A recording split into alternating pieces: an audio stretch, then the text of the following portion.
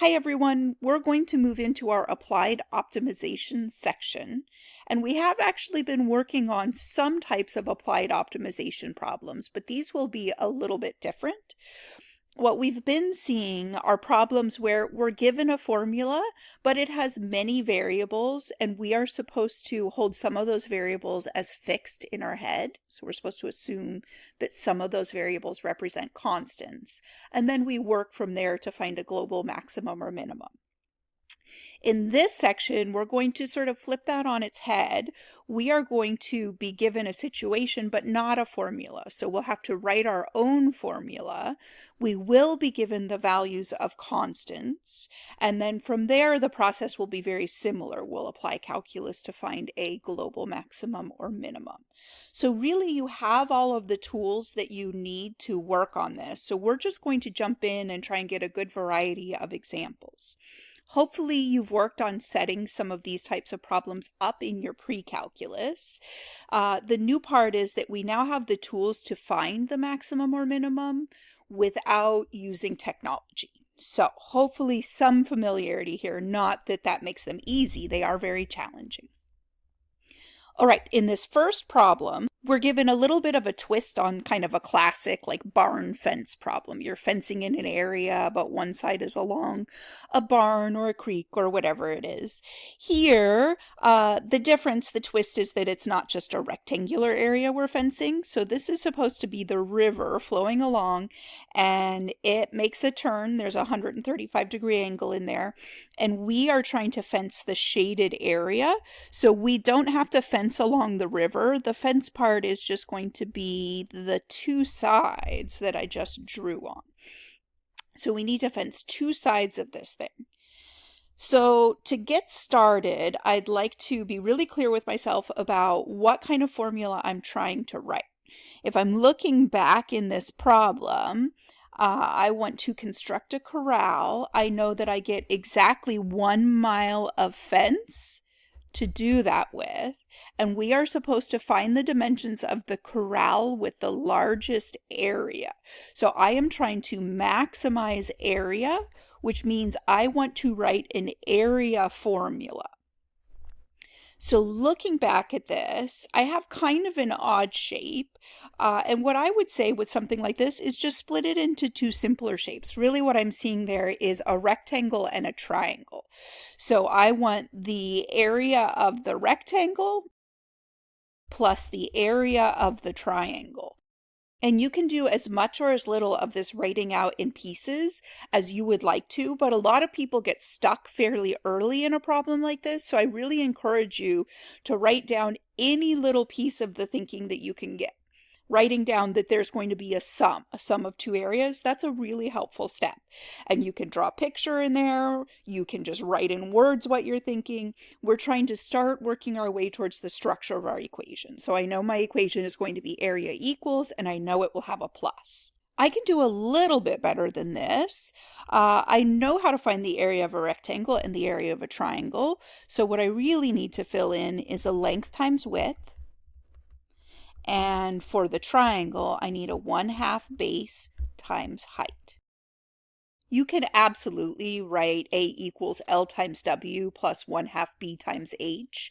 Totally fine as long as it's not tangling you. But sometimes what I see is that if people get too many variables floating around and they've already labeled something else with an L or a W or a B or an H, it can get confusing. So I've just sort of gotten in the habit of writing this out in words for myself. Again, I'm just trying to start to build up some of the structure.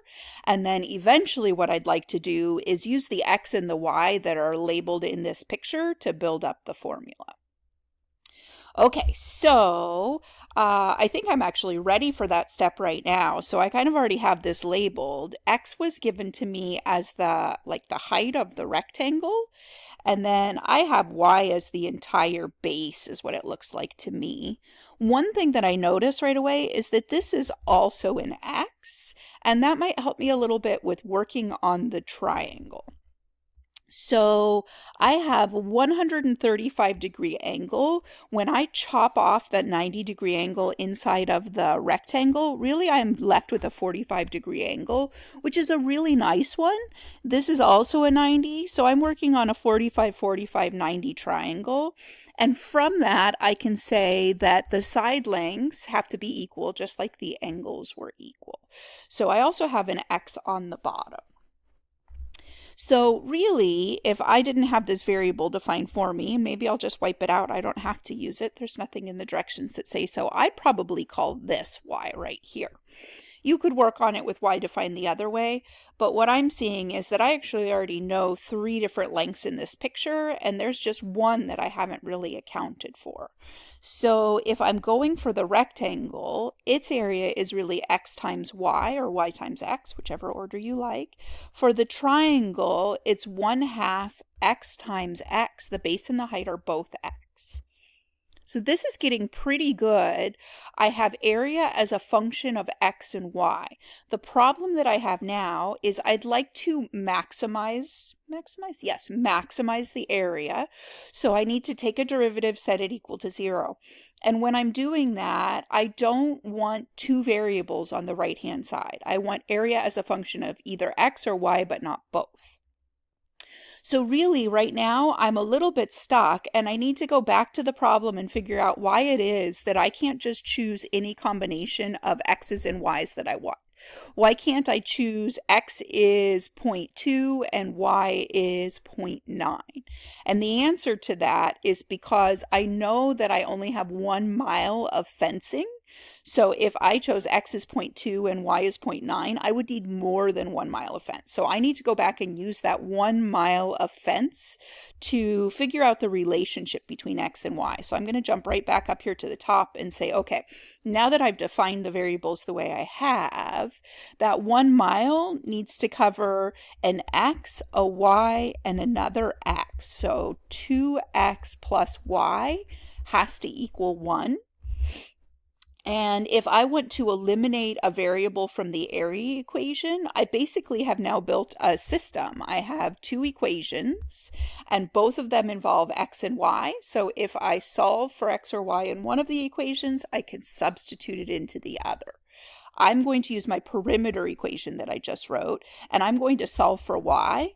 Y has to be 1 minus 2x. Basically, if you fence the 2 x's, I do x, I do x. You need to subtract that from the 1 mile of fencing that you have to figure out what y should be. Okay, so back down in my area formula, I'm going to replace the y with 1 minus 2x. And then I'm going to rewrite that x times x as x squared. So I have area equals x minus 2x squared, and I don't know how that became an equals, plus 1/2 x squared. And I can do just a little bit better than that. I can say that that 2x squared is the same as 4/2 x squared, and 1/2 minus 4/2 is negative 3/2 x squared. So that's a really fairly simple area function, and now it is entirely a function of x. So this is a really nice one in terms of the calculus part of the problem. I would like to find a maximum area. To find a maximum, I take a derivative. In this case, I get 1 minus, the 2 drops down and actually cancel, so I just get 3x. And if I set that equal to 0, I can add the 3x over to the other side, and then I can divide by the 3. And it looks like I'm getting x equals 1/3. I also need to make sure I ask myself if the derivative is ever, that's the function, if the derivative is ever undefined. But it is a linear function here, so it's never going to be undefined. So I actually don't have to worry about that. My one and only critical value is that x equals 1/3. So I want to make sure, and always make sure you do this, that I verify that I found a maximum. So I will need to check critical values discontinuities, endpoints, which means I'll need to plug 1/3 back in and see what the area is. And then in terms of endpoints, often in these you have to discover those for yourself. So what I would say is you want to visualize here, you just have an example, but you could start making x smaller, and what happens is that as x gets smaller, y gets bigger, because that 1 mile of fence can stretch a little further, and you should be able to keep going and shrinking that x down and letting that y get bigger. And the extreme of that would be shrinking your x all the way down to 0, in which case y would be 1 mile long. It would just be 1 mile of fence along the top stretch of the river.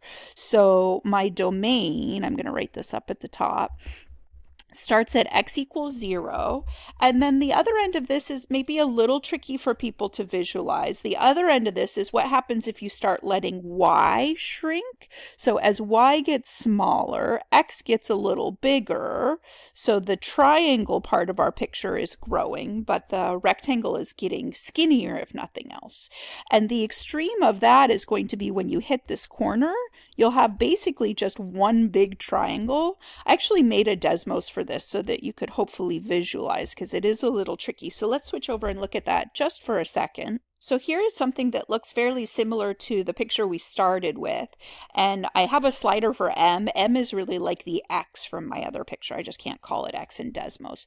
So as I let that X part, the base of the triangle, get smaller, you can see that the rectangle keeps getting wider and wider and wider, and there's the extreme. X equals 0, we have 1 mile of fence just running along the river. It's not helpful, but it's the extreme of the practical interpretations for different values of x.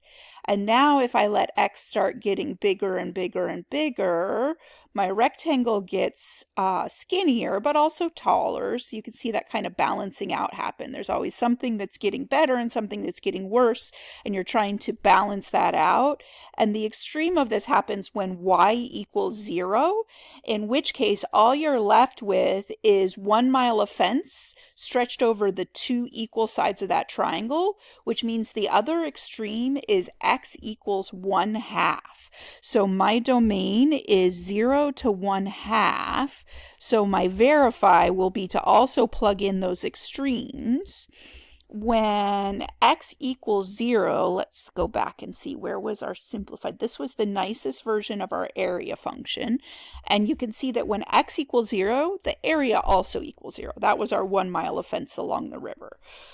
When x equals 1/3, our area is 1/3 minus 3/2 times 1/3 squared, which is 1/9. And we might even want to simplify that a little bit.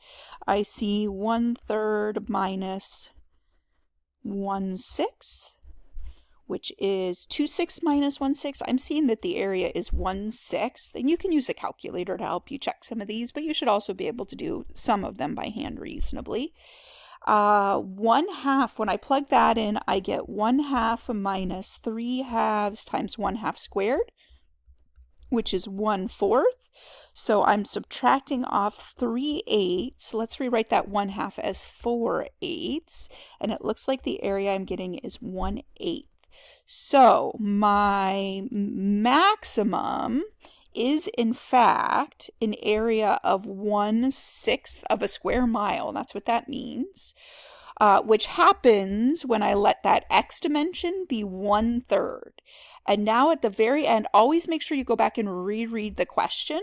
The dimensions part is what we were asked for. So here I'm going to say my final answer is x equals 1/3 of a mile. And if you have very clearly defined those variables in your picture or wherever, just saying x equals I think is good enough.